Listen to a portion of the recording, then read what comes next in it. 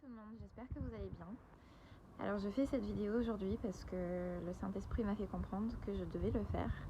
Donc je vais partager un message qui n'est pas forcément facile à entendre, mais voilà, on dit pas toujours ce qu'on veut. Voilà. Donc je vous partage quelque chose aujourd'hui parce que en tant qu'être humain, on aime beaucoup étiqueter les choses. Donc on aime beaucoup l'étiquette de se dire oui, on est chrétien, on va à l'église tous les dimanches ou même plusieurs fois par semaine, on vit une vie plutôt paisible, tranquille, on suit les règles qui sont écrites dans la Bible, on essaye de respecter ce que Dieu souhaite pour nous. Ceci dit, aller à l'église et y vivre selon les règles, c'est pas ce qui sauve. Ce qui sauve, c'est avoir une relation personnelle avec Jésus-Christ, celui qui est mort à ta place sur la croix pour payer le prix pour tes péchés, pour ne pas que tu ailles en enfer. Parce que de toute évidence, on le méritait tous. Sauf les bébés qui n'ont pas eu le temps d'avoir la conscience et le choix de savoir entre le bien et le mal. Voilà. Nous tous, en tant qu'êtres humains, nous avons le libre arbitre. À un moment donné de notre vie, nous avons compris ce qu'était le bien et le mal. Et parfois, on a choisi le mal, tout simplement. Donc, on a péché. Et un seul péché suffisait pour qu'on se retrouve en enfer et séparé de Dieu. Lui qui est parfait et qui ne peut pas vivre avec le péché. Le salut n'était pas une mince affaire. Le salut, ce n'était pas... notre salut a été payé au prix fort. Dieu, tellement il nous aimait, nous qui étions encore pécheurs, perdus, paumés, qui ne l'aimions pas, qui le rejetions. Même si nous le recherchions, nous étions tous tachetés. Et Dieu, dans cet amour presque qui peut nous sembler fou, pour des gens qui le rejetaient, qui ne l'aimaient pas, qui le détestaient, qui le haïssaient, qui le médisaient, ben Dieu, par grand amour, il a envoyé Jésus-Christ mourir à notre place. Lui qui n'a jamais péché, lui qui n'a jamais rien fait de mal. C'est lui qui a décidé de tout prendre sur lui pour nous. Et ça ne lui suffit pas que tu ailles à l'église tous les dimanches, ou que tu t'asseyes à écouter des louanges ou des adorations, même que tu en chantes. Ça ne lui suffit pas que tu t'asseyes à écouter des leçons bibliques, ou que tu écoutes la prédication à l'église, que ce soit une ou plusieurs fois par semaine. Ça ne lui suffit pas. Ça ne lui suffit pas parce que si Dieu il a fait ça pour nous, pour cet amour, c'était pas seulement pour nous sauver, c'était aussi pour engendrer, pour obtenir une relation personnelle avec nous, pour qu'on puisse accéder à lui, pour qu'on puisse avoir cette relation avec lui, pour qu'on puisse être appelé enfant de Dieu. On est passé de créature à enfant. C'est une chose énorme. Et parfois, on le néglige. On se dit, je fais ce qu'il faut, je marche droit. Mais c'est pas ça ce que Dieu nous demande en fait. Certes, oui, il nous demande de vivre dans la sanctification. Il veut qu'on recherche à avoir un cœur qui le cherche, un cœur qui cherche à lui plaire. Mais si on n'a pas une relation personnelle avec lui, déjà, ça c'est une grosse étape qu'on rate, qu'on ne peut pas lui plaire, puisqu'on n'a pas cette relation avec lui. C'est une des choses qu'il désire profondément. Et en plus, il ne suffit pas juste d'écouter, ou de chanter, ou de prêcher. Il faut... Paul lui-même le dit dans la Bible, qu'on doit vérifier. On doit avoir cette soif de vérité. Et Dieu, il nous l'a donné. Il nous a donné sa parole dans la Bible. Donc, ce qu'il veut, c'est qu'on ouvre nos Bibles et qu'on la lise pour nous-mêmes. Qu'on ne se contente pas juste de la version pré-mâchée, comme si nous étions des petits oisillons que la maman oiseau a tout mâché et nous recrache tout simplement dans la bouche. Non, il veut que nous soyons des chrétiens matures, qui soyons capables, de par nous-mêmes, de manger le steak de la parole. C'est-à-dire que nous soyons capables de la lire et de la comprendre par nous-mêmes, pour nous-mêmes, que nous puissions la vivre, sans avoir forcément des interprétations des autres. Et comment le faire ? Si on ne comprend pas forcément la manière dont c'est écrit, on a l'auteur tout près de nous. C'est le seul livre où nous pouvons tous être à côté de l'auteur pour mieux comprendre la vérité. Il suffit de demander au Saint-Esprit de nous éclairer, de nous montrer ce que veut dire un certain passage qu'on ne comprend pas. Parfois, il ne va pas répondre tout de suite. Parfois, ça va prendre du temps.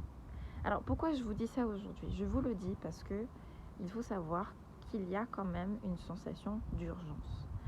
Il y a des choses que nous vivons aujourd'hui qui ne sont pas anodines. Il faut savoir que dans la grande majorité de l'histoire de l'être humain sur cette terre, il y a des choses que nous vivons aujourd'hui que nous avons quasiment ou jamais vécues auparavant dans l'histoire de l'humanité. Jésus nous a dit lui-même qu'il faut veiller aux saisons, qu'il faut veiller aux signes de son retour. Mais il faut aussi savoir qu'il y a des choses qui doivent se passer avant que Jésus ne revienne pour l'Église. Personnellement, j'ai eu beaucoup de versions prémâchées. Je ne savais pas quelle était la vérité concernant la fin des temps. Et je suis tombée de haut lorsque j'ai décidé d'arrêter d'écouter et de le vivre, de prendre ma Bible, de lire pour moi-même, de demander au Saint-Esprit de m'éclairer, de me guider. Et là, il y a des choses qui doivent se passer. Il y a une guerre qui se prépare d'un point de vue spirituel et d'un point de vue physique, émotionnel. Il faut savoir que si Dieu nous a prévenus qu'il y a des choses qui vont arriver, c'est qu'il nous a prévenus. On ne peut pas juste s'asseoir et prier que ces choses n'arrivent pas. S'il nous a prévenus, c'est par amour. Ce sont des choses qui doivent arriver. Dieu est au contrôle. C'est lui qui décide. Même si nous avons le libre arbitre, il y a des choses qui doivent se dérouler parce que c'est le plan de Dieu. Et on ne peut pas aller à l'encontre du plan de Dieu, sinon ça veut dire que nous ne sommes pas chrétiens, si nous voulons aller à l'encontre du plan de Dieu.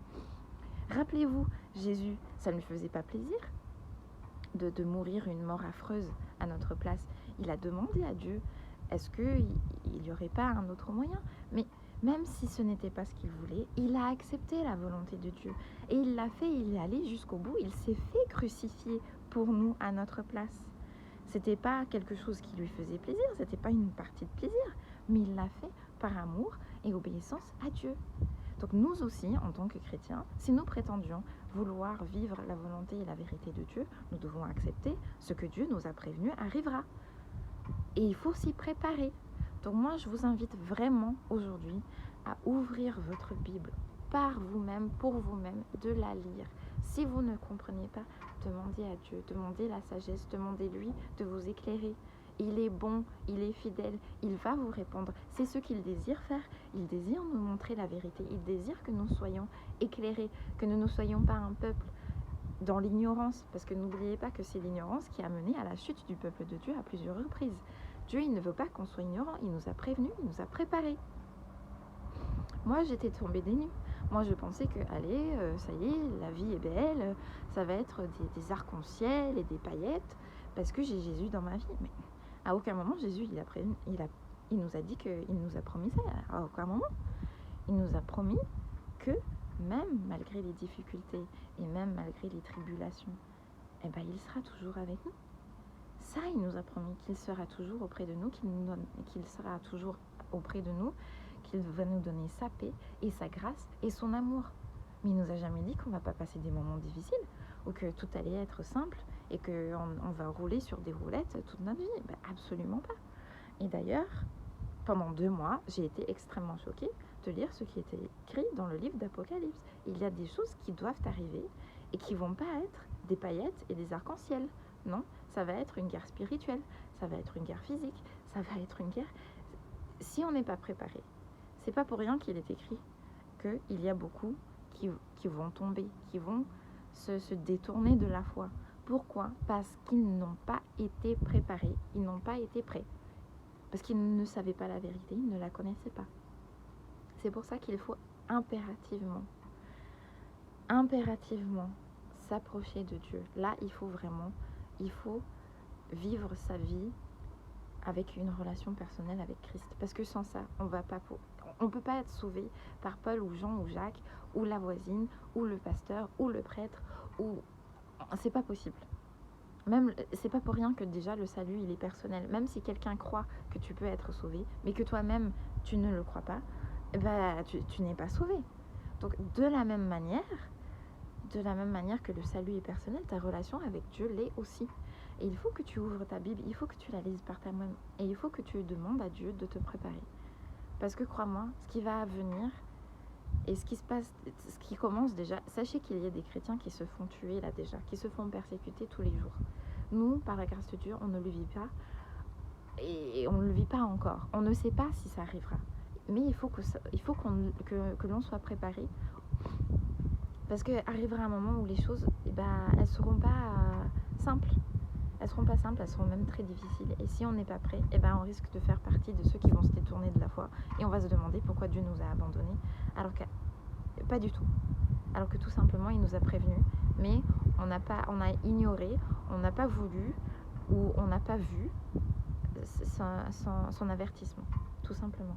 Et moi, je vous invite vraiment à le faire. Lisez la Bible par vous-même. Vérifiez que ce qu'on vous prémâche, ce qu'on vous prêche, soit la vérité. Parce qu'on est des êtres humains, on est faillibles. Mais Dieu, sa parole, elle ne change pas. Elle est infaillible. Et Dieu, il est infaillible. Si tu lis ce qui est écrit et que tu ne comprends pas, je t'assure que si tu lui demandes de t'expliquer, il le fera et avec grande joie.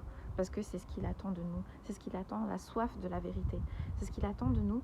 Et il n'attend que ça, de nous montrer la vérité et de nous éclairer et qu'on la vive, cette vérité, qu'on vive cette relation personnelle avec Dieu et la sanctification. Et aussi que l'on soit prêt, qu'on soit tellement gravé qu'on soit tellement fondé sur la roche de Jésus, que peu importe ce qui se passera, qu'on soit prêt à l'affronter. Parce que nous avons l'espérance, nous avons cette foi en la vie éternelle qu'il nous a promis. Et c'est ça ce qui nous fera tenir le choc et le coup. J'étais malade pendant 2 mois lorsque j'ai vu ce qui doit se passer. Parce que je pensais que ça allait être que des paillettes. Mais non, sachez que non. Et Dieu, il nous aime infiniment. De telle manière qu'il nous a prévenus de ce qui allait se passer pour que l'on puisse lui demander de nous préparer. Voilà, je prie Seigneur que ce message entre dans les cœurs, Seigneur. Merci Père d'ouvrir les cœurs spirituels, d'ouvrir les cœurs, d'ouvrir les oreilles, Seigneur. Merci Seigneur d'ouvrir les yeux spirituels à ces personnes qui écoutent ce message aujourd'hui, Seigneur, que Père, ils viennent à connaître la vérité, que Seigneur, tu leur montres, Seigneur, la vérité dans ta parole, qu'ils la vivent par eux-mêmes, qu'ils vivent cette relation personnelle avec toi, Seigneur, que tu désires tant pour nous. Et Père, je te remercie, Saint-Esprit. Merci Saint-Esprit de nous convaincre, de nous montrer, de nous guider dans tes voies, dans ta vérité, et de nous préparer, Seigneur, pour ce qui est à venir, qu'on soit prêt, qu'on soit fondé sur le rocher de Jésus. Je te remercie, Père, pour leur vie. Merci de les bénir, de les protéger et de nous garder tous, au nom de Jésus. Amen. Bonne journée et que Dieu vous garde. Amen.